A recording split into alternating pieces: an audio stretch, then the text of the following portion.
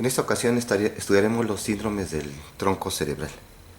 Como sabemos, el tronco cerebral está formado en sentido rostrocaudal por el mesencéfalo, el puente o protuberancia y la médula oblongada o bulbo raquídea, que en su porción posterior el puente y parte de la médula oblongada se van a relacionar con el cuarto ventrículo y este a su vez su techo se relaciona con el cerebelo. Estos síndromes del tronco cerebral los vamos a ir estudiando en sentido caudo-rostral. Vamos a empezar con el estudio de los síndromes del tronco cerebral a nivel de la médula oblongada. Vamos a hacer un corte de la médula oblongada por arriba del cerrojo, es decir, por arriba del óbex, en la porción abierta de la médula oblongada, para hacer un pequeño recordatorio de la anatomía y de esa forma explicarnos la sintomatología de los síndromes de la médula oblongada. Aquí tenemos su porción ventral, que son los rodetes piramidales, después lo que serían esta especie como de cachetitos, que serían las olivas, y hacia atrás tendríamos los pedúnculos cerebelosos inferiores y el piso del cuarto ventrículo. Entonces aquí estaría el rodete piramidal, ¿sí? Y hacia atrás tendríamos lo que sería el tegmento de la médula oblongada, y aquí decíamos el cuarto ventrículo.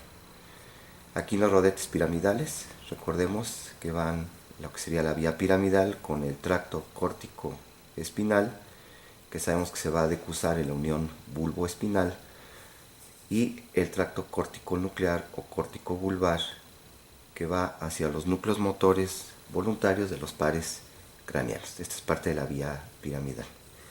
Hacia atrás, como referencia, tendríamos estos pequeños núcleos, que son los núcleos olivares inferiores.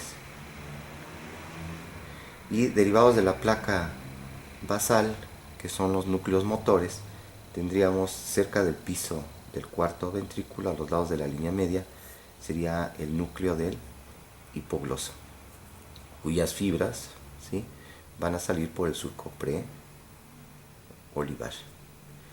También derivado de la placa basal tenemos otro núcleo motor que queda inmediatamente por atrás de la oliva, que es el núcleo ambiguo.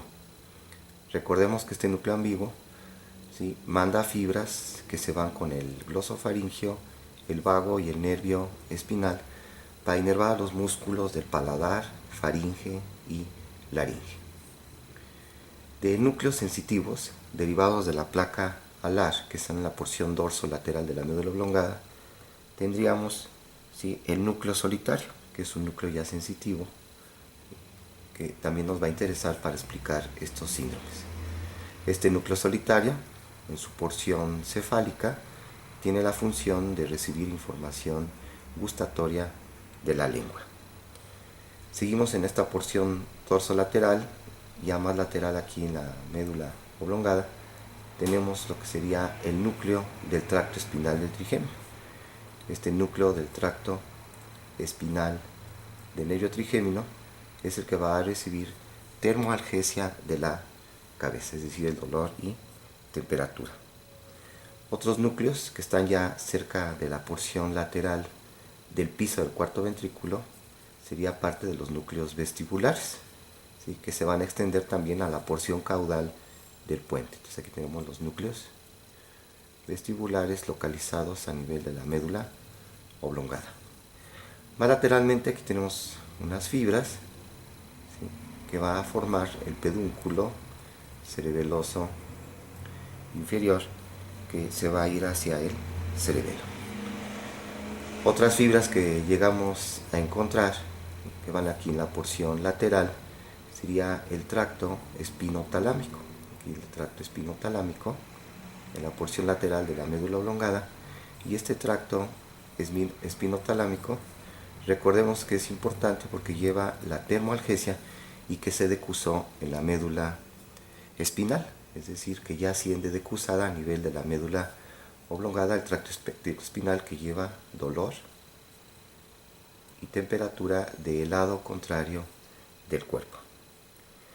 Otras vías, ¿sí?, que son no tanto ascendentes, sino también son descendentes, y que van también aquí en la porción lateral de la médula oblongada, es el haz simpático descendente. Este haz simpático descendente es importante porque va a llevar las fibras que van a actuar sobre las neuronas de las astas laterales desde C8 hasta L2, que son las neuronas simpáticas que dan origen a las fibras preganglionares simpáticas, y este es el haz simpático descendente. Entonces, ya con esas estructuras bien determinadas podemos ir estudiando cuáles serían los diferentes síndromes que se presentan en la médula oblongada, que son fundamentalmente dos. Un síndrome que va a lesionar lo que serían las porciones mediales de la médula oblongada, que sería en esta zona, que sería, nos daría origen al síndrome vulvar medial. Entonces, en primer lugar, vamos a tener el síndrome vulvar medial. Estos síndromes fueron descritos, ¿sí?, por lesiones vasculares de tipo isquémico. Y se ve que este síndrome vulvar medial, su origen es generalmente por oclusión de la arteria espinal anterior, que ya sabemos que esta arteria espinal anterior es rama de la arteria vertebral. Entonces, su oclusión va a dar origen a este síndrome vulvar medial. Para ir entendiendo los síndromes del tronco cerebral, hay que recordar que estos síndromes, decíamos, se les denomina síndromes alternos, porque van a lesionar vías largas, que generalmente su manifestación clínica es del lado contrario de la lesión, pero también afecta núcleos de los pares craneales, cuya lesión se va a manifestar del mismo lado. Por eso se denominan síndromes alternos. Quiere decir que en estos síndromes alternos va a haber lesiones, va a haber manifestaciones clínicas del lado de la lesión, y también va a haber manifestaciones clínicas del lado contrario, opuesto, contrario a la lesión. Si vemos en este esquema, se lesiona el fascículo, los fascículos, las fibras que vienen del núcleo del hipogloso en este síndrome vulvar medial. Entonces, del lado de la lesión vamos a observar que el paciente tiene parálisis de la lengua. Entonces tenemos parálisis de la lengua.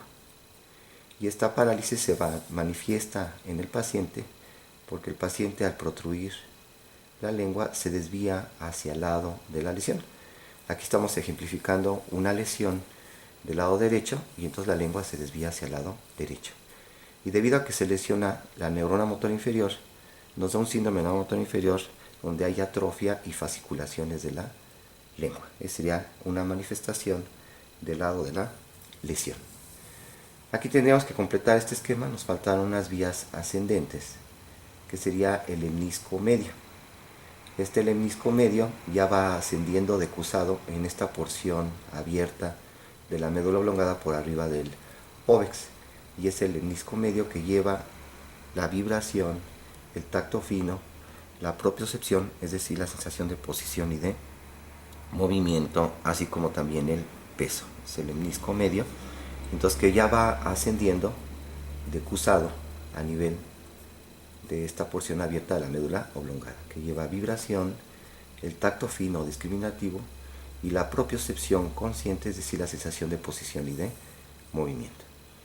Y esto nos sirve para explicarnos que cuando el síndrome vulvar medial, al lesionarse el lemnisco medio, va a haber pérdida, ¿sí?, del lado contrario a la lesión, hay pérdida del tacto fino, de la vibración, así como de la propiocepción consciente, es decir, de la posición de las extremidades. Entonces, este paciente va a referir, ¿sí?, que tiene problemas, ¿sí?, para percibir en qué posición están sus dedos de la mano, sus dedos del pie, así como también disminución de la percepción de la vibración, ¿sí? Por otro lado, se va a tomar el tracto córtico espinal, y entonces va a dar el problema de una parálisis de las extremidades del lado contrario a la lesión. Entonces va a haber parálisis del brazo y pierna. Y aquí es importante que se respeta la cara, debido a que no se lesiona el núcleo del facial, que ya estudiaremos, que está a nivel del puente. Bien. De esa forma ya tendríamos las características, ¿sí?, del síndrome vulvar medial. Pasaríamos ahora a ver el síndrome vulvar lateral. Este síndrome vulvar lateral, la lesión se va a localizar, ¿sí?, en esta región, ¿sí?, dorso lateral de la médula oblongada. Entonces tenemos aquí el síndrome vulvar lateral, y este síndrome vulvar lateral se debe generalmente a oclusión de la arteria vertebral o bien de un ramo circunferencial largo de la arteria vertebral, que es la arteria cerebelosa póstero inferior. La arteria cerebelosa póstero inferior, que en sus iniciales en inglés sería la denominada PIC, la arteria cerebelosa póstero inferior. Entonces puede ser oclusión de esta arteria vertebral o de arteria cerebelosa póstero inferior, que va a dar un infarto en esta zona, y claro, también hacia la región ventral de los hemisferios, del hemisferio cerebeloso. Entonces lo mismo que hicimos con el síndrome vulvar medial, va a haber manifestaciones del lado de la lesión, y también manifestaciones del lado contrario a la lesión. Contrario a la lesión. Entonces, si vamos analizando del lado de la lesión, vamos a observar que se va a tomar, decíamos, el núcleo, aquí estaría el núcleo del tracto espinal del trigémino. Entonces, este núcleo del tracto espinal del trigémino, que recibe dolor y temperatura de la cara, está tomado. Entonces, el paciente va a referir disminución de la termoalgesia del lado de la cara, del lado afectado, en este caso sería del lado derecho. Entonces vamos a imaginar a nuestro paciente que va a referir disminución de la sensibilidad de dolor y temperatura de la hemicara del lado de la lesión. Por otro lado, se va a tomar lo que sería el pedúnculo cerebeloso inferior, y también se lesiona el hemisferio cerebeloso por oclusión de la arteria cerebelosa póstero inferior. Entonces va a presentarse lo que sería una ataxia de las extremidades del lado de la lesión. Entonces, una ataxia. Entonces, el paciente del lado de la lesión va a referir que del lado derecho, en este caso, va a haber temblor, incoordinación de las extremidades del lado derecho, con dismetría y disdiado, cocinesia, que se manifestaron en el síndrome cerebeloso. Debido a que se lesiona los núcleos vestibulares, también el paciente presenta alteraciones de los núcleos vestibulares, que se van a manifestar por un nistagmus que se acentúa hacia el lado de la lesión. Puede presentar náuseas y vómitos. Náuseas, vómitos, y también va a presentar la sensación de vértigo. Todo esto por lesión de los núcleos vestibulares. Si seguimos con estas manifestaciones clínicas, vemos que también se lesiona el haz simpático descendente. Entonces, al lesionarse el haz simpático descendente, se pierde la inervación simpática de todo el hemicuerpo, que a nivel de la cabeza se manifiesta por el síndrome de Horner. Es decir, el paciente presenta pérdida de la sudoración de la hemicara, la pupila está miótica, hay enoftalmos con disminución de la apertura palpebral, y como se pierde la vasoconstricción que da el simpático, hay vasodilatación de la hemicara, hay una rubicundez. Entonces vemos que se va a presentar el síndrome de Horner por lesión de las fibras simpáticas descendentes, con la miosis, el enoftalmos, ptosis palpebral, pérdida de la sudoración del lado de la lesión, ¿sí?, y por otro lado rubicundez hemifacial del lado de la lesión. Muy bien. Vamos a observar también que el paciente presenta lesión del núcleo ambiguo, y decíamos que este núcleo ambiguo va a inervar los músculos del paladar, faringe y laringe a través del noveno, décimo y décimo primeros pares craneales. Entonces, al lesionarse el núcleo ambiguo, el paciente va a presentar caída del velo del paladar del lado de la lesión y desviación de la úvula hacia el lado sano. Entonces, el paciente va a presentar parálisis del paladar, y que se va a manifestar por una disfonía y una disfagia. debido a que también se va a lesionar la cuerda vocal de ese lado, pues se presenta la disfonía y la disfagia por la parálisis del velo del paladar. Y por último, del lado de la lesión también se está lesionando el núcleo solitario. Y este núcleo solitario decíamos que recibe la información del gusto. Entonces el paciente pierde la sensación del gusto del lado de la lesión, es decir, presenta una ageusia. Entonces son todas las manifestaciones clínicas que se están presentando del lado de la lesión en este síndrome vulvar lateral. Contrario a la lesión, ¿qué manifestaciones clínicas vamos a tener? Si observamos, se está lesionando el tracto espinotalámico que lleva dolor y temperatura y que ya viene decusado desde la médula espinal.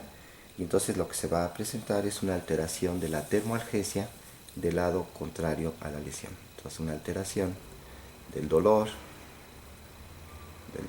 y temperatura, ¿sí?, tanto del brazo, ¿sí?, como de la pierna y del tronco, ¿sí?, del lado contrario a la lesión. Se refiere que puede haber ciertas manifestaciones también del mismo lado de la cara.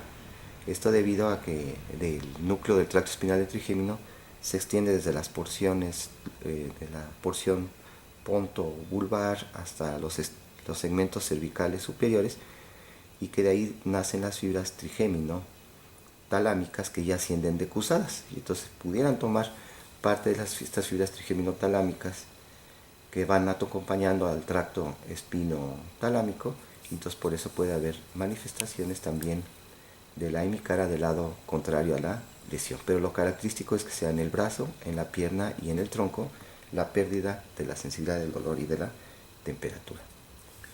Por último, para acabar los síndromes vulvares, hay que tener presente que se puede presentar un síndrome vulvar unilateral, ¿sí?, total, es decir, que se combine el síndrome vulvar medial con el síndrome vulvar lateral, ¿sí?, que antes se llamaba de Wallenberg, pero ahora con las nuevas nóminas la tendencia es a quitar los epónimos. Entonces, la combinación de estos dos síndromes se presenta en el síndrome vulvar unilateral total, que también puede ser secundario a una oclusión de la arteria vulvar, de la arteria vertebral, perdón.